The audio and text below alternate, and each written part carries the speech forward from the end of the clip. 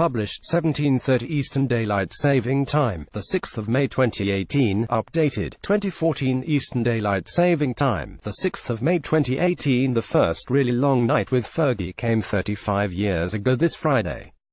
The first few of his miracles were unfolding. In one of the most astounding, Aberdeen had just defeated Real Madrid's aristocrats of European football in the final of the Cup Winners' Cup.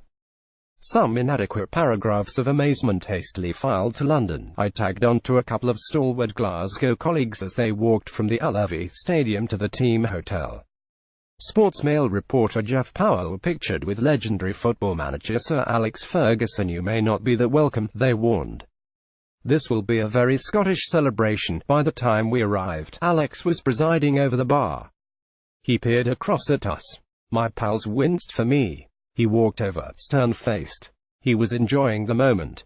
It was a rainy evening in Gothenburg, but suddenly the dry smile lit up the place. "Come in," he said.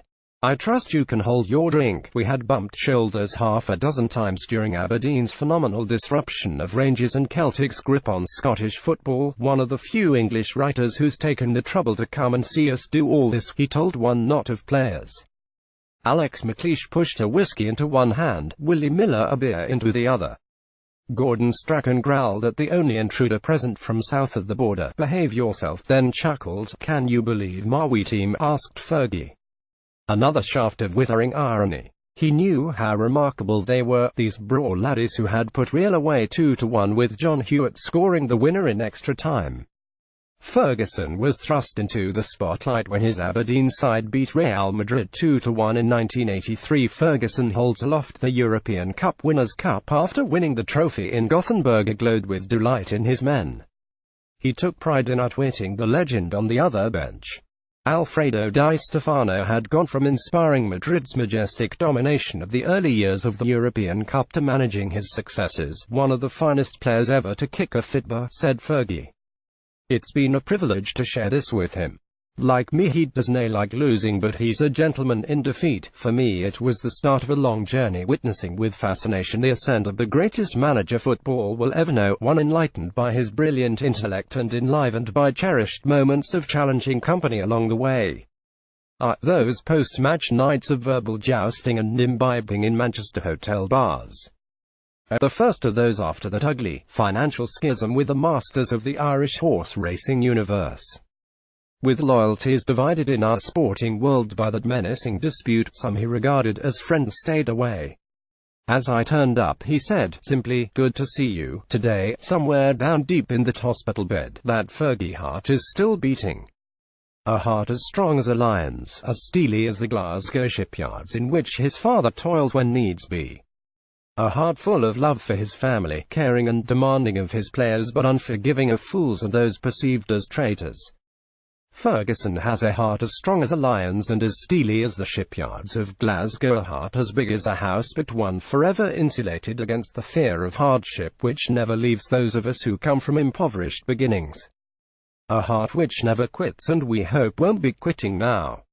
Those fortunate to know him will be holding firm to the memories. Not only of 49 honours won, 38 of them during his united decades, but of a heart in more generous than he cares to reveal. He often says he doesn't like people who argue with him, yet he relishes crossing claymores as readily as he does cracking open bottles of fine wine when settling the issue man to man.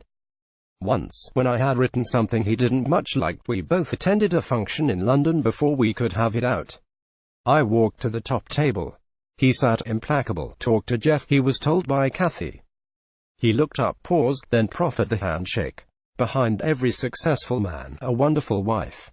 Recently, when this newspaper held a dinner to celebrate my umpteen years of scribbling for these pages, he accepted the invitation in an instant, paid coins for convoy from Manchester to London and got there early, determined to share in the first drink.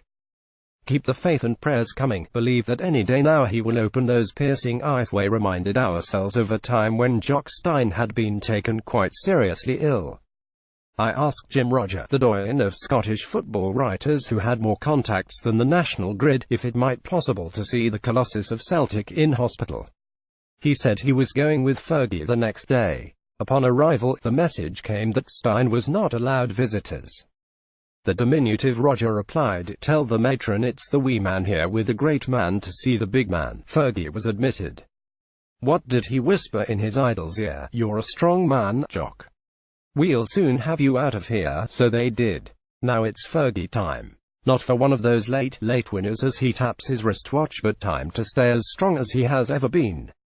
Keep the faith and the prayers coming. Believe that any day now Sir Alex Ferguson will open those piercing eyes and rasp bloody hell.